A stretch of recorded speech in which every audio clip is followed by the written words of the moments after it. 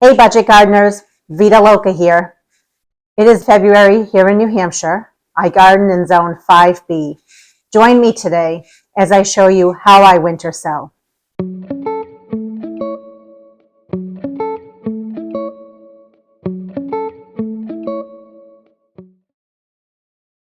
So I am a huge fan of winter sowing. It's basically the process of creating a mini greenhouse using some sort of a container that lets sunlight in. Different types of containers that you can use, but not limited to, include a rotisserie chicken container, takeout containers that you get from restaurants, milk jugs, juice jugs, even a tote that you would normally store items in. There's different ways that you can do winter sowing, including with annuals, perennials, even biennials. And all of this is done outdoors. And the seeds that you winter sow will germinate when the conditions are right outside. The best time to winter sow is right after the winter solstice. This is generally at the end of December. I generally like to sow my perennials first, starting in early January through March.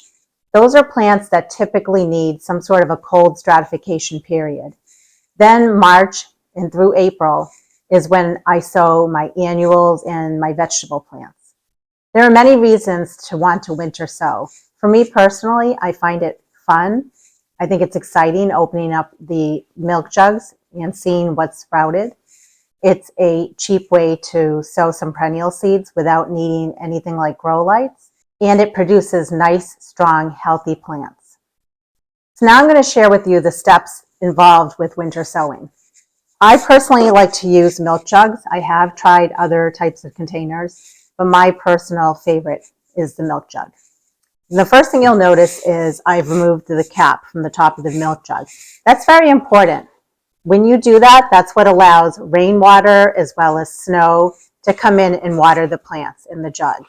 So you want to make sure that you remove any cap from your milk jug or juice container or whatever container that you're using. Now, if you're using a tote, you want to keep that cover on, but make sure you put drainage holes in there. That's the key. Whatever you're using, it needs to have proper drainage on the top. The next step that I like to do is I like to cut the milk jug in half.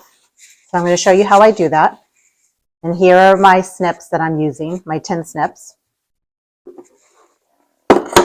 You really can use a scissor, a razor, whatever you have around your house.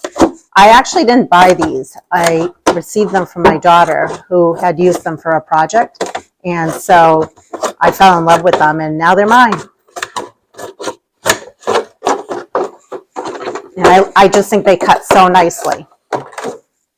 So one thing I want to point out here is I didn't cut all the way around. I made sure I stopped so that I have a little bit of a hinge here. And that allows you to open and close your greenhouse when the right time comes. The next thing that I like to do is create additional drainage holes on the top as well as put some drainage holes in the bottom of my container.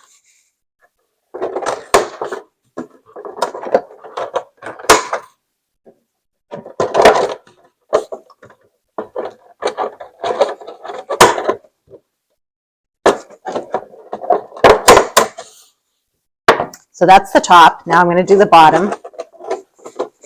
You'll see a lot of different ways of doing this on YouTube. I prefer just, again, to use my tin snips. It's pretty easy. And I'm doing all my drainage holes on the outside of the container. I'm not doing any in the center. It's perfectly fine. The water will still drain.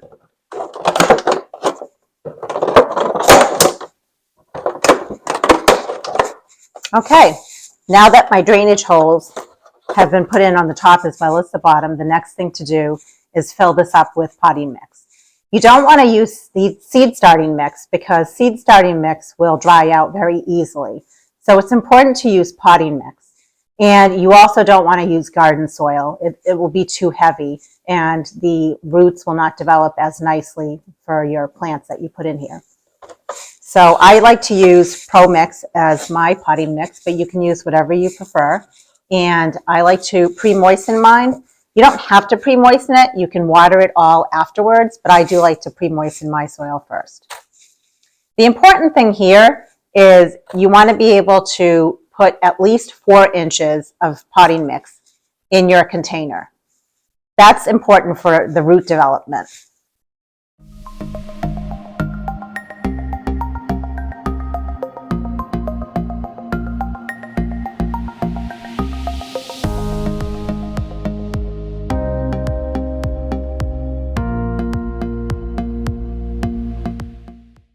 I use a spoon. I find that it's actually pretty handy, especially when I'm doing winter sowing. And you want to make sure that you're pressing down on your potting mix to let out any air pockets that are in here. That will just allow your plants to grow a little bit stronger and healthier. I'm going to add a little bit more.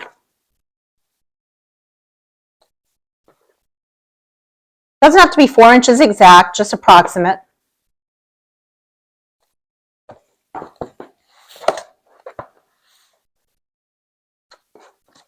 I do like to push down on the sides as well, just to make sure I'm getting all those air pockets out.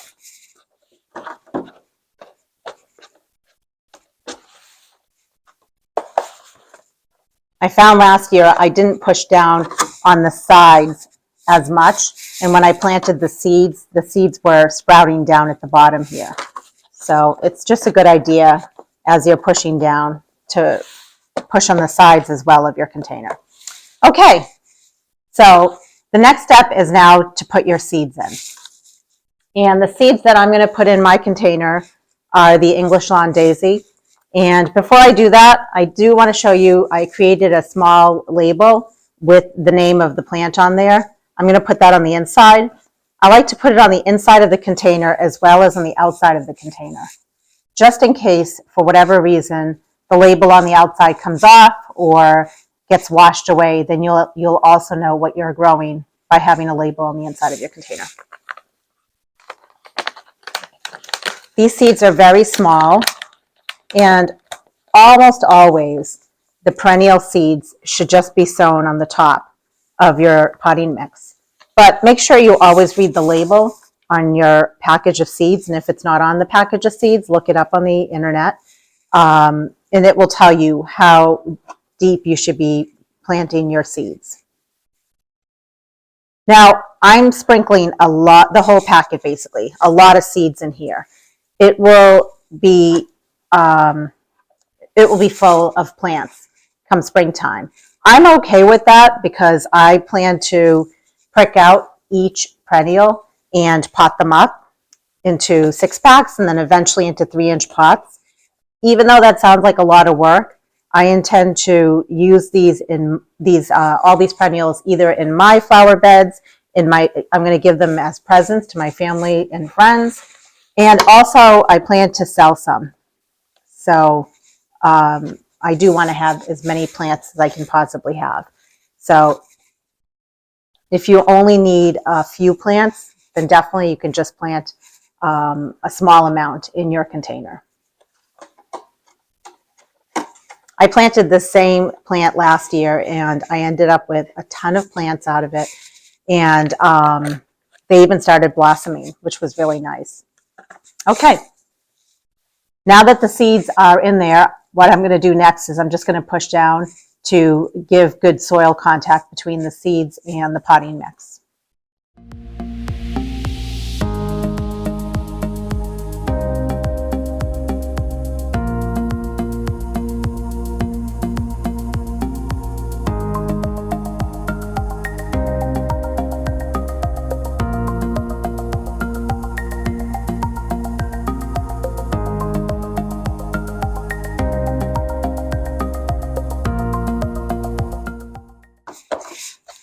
Okay, once you've done that, the next step is to water it in a little bit. So I'm using a pump sprayer, and you can water it in whichever way that you like. You don't want to give it too much water though. You don't want to dislodge the seeds out of place. So I found that with the pump sprayer, it gives it just the right amount of water. It's like a gentle stream.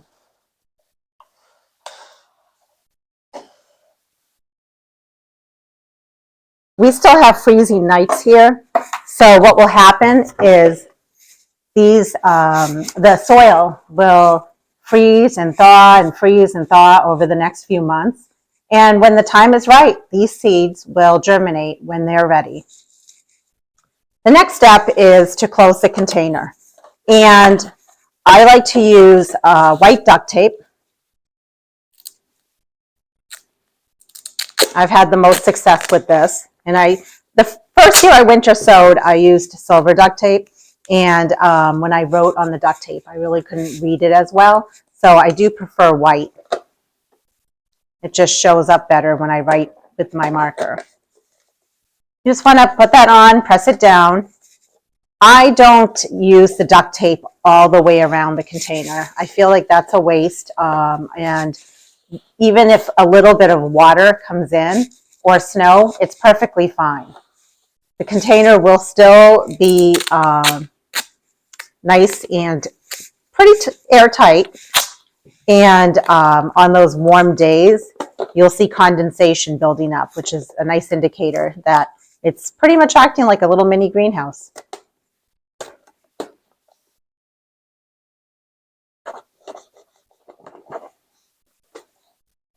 Okay. The next thing to do is to label what you just planted in your milk jug.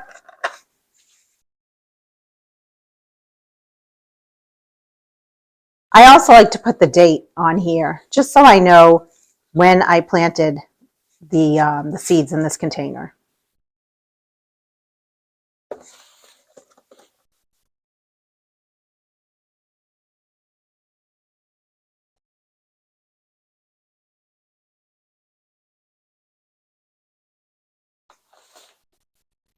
There, and that's it. Pretty easy. A few tips that I wanted to share were you want to make sure that you don't let the seedlings, that eventually once they sprout, you don't let the seedlings dry out. So right now, because I put pre-moistened potting mix and I watered it, it should be fine. Plus it's going outside where we're having freezing temperatures at night. So it should be fine for quite a while.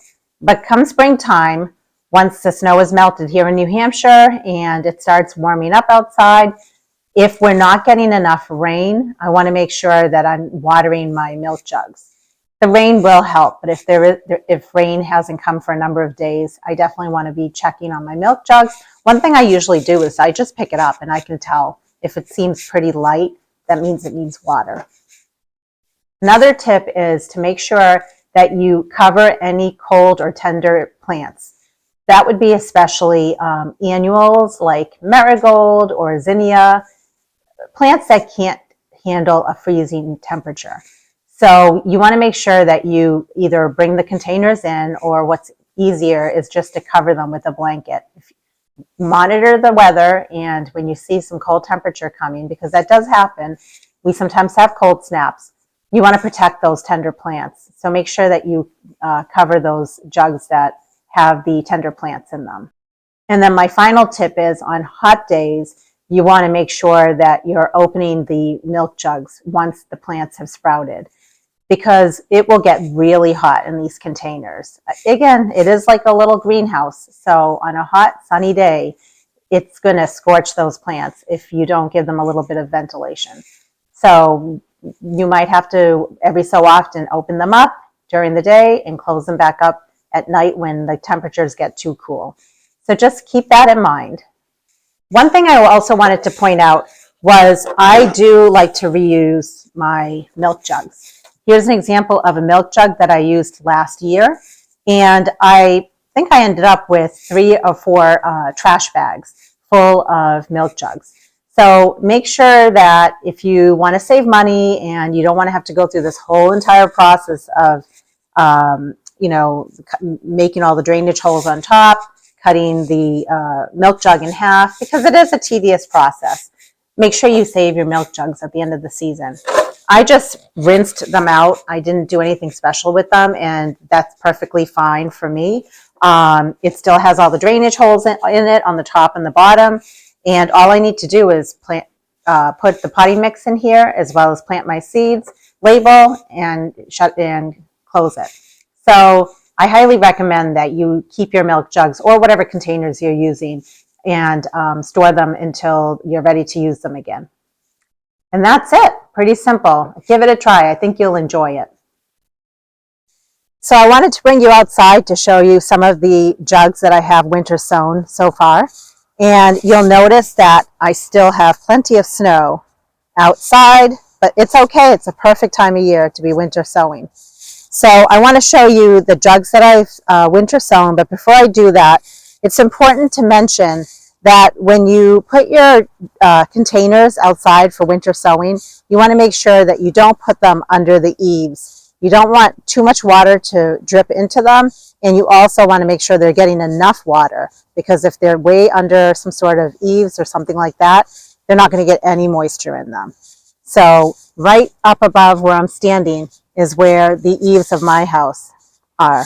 And so I made sure when I put the jugs out here that they were lined up in such a way that when the water does come down, it does not come into these containers. Just natural snow or rainwater will be going into these containers. So now I'm going to go ahead and show you some of the plants that I have winter sown so far. I still have plenty more to do. Okay, so I have a balloon flower that's a white color, seeds that I collected myself. Here's a balloon flower called Fairy Snow White.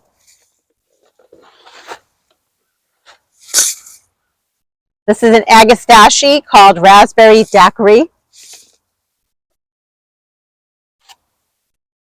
I have some bee balm. It's a pink color bee balm. Some more of the pink color bee balm. And I do sometimes, if I have a lot of seeds, even though I'm sowing pretty heavily in my milk jugs, if it's way too many seeds, I will divide it in 2 or 3 jugs just to make sure that there's a lot but not too much in the container. I have some primrose. I'm very excited about that. It's called Wanda Mixed. I have Columbine Leprechaun Gold.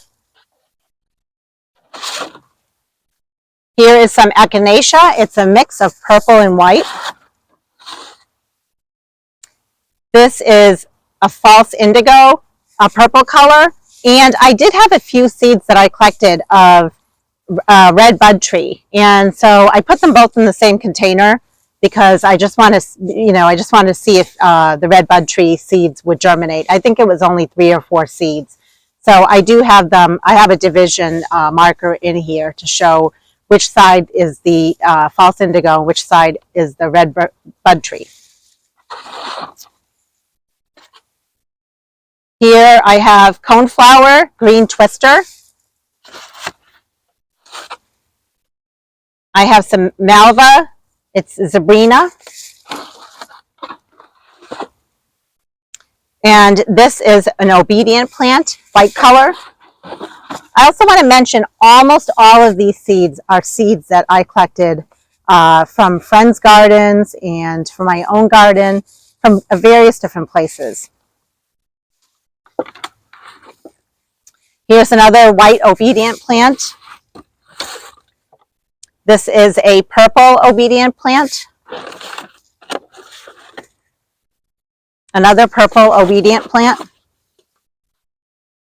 Over here is lupin, and it's some sort of a mix of a lupin. Let's move over there a little bit closer. Okay, we have Crystal Peak White obedient plant. And another purple obedient plant. This is a Gaillardia grandiflora mixed. Now, I don't know if you can notice that a number of these containers are older used containers. So there is a mix. Like this one here is an older container, whereas this one's a newer container. Perfectly fine. Another Gaillardia grandiflora mixed. This is echinacea, the paradise mix. Echinacea, Paradise Super Duper. I have some dianthus, red and double pink, and that's a seed that I collected. And finally, on this side, we have a dianthus that I collected. It's a white color, and that will be interesting. I called it fuzzy. It's not fuzzy, but the shape of it is, it's not like your normal dianthus that you're used to.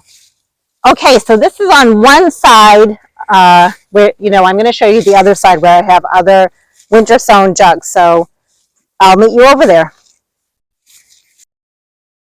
Okay, so I have some more milk jugs over here. Let's go through them together.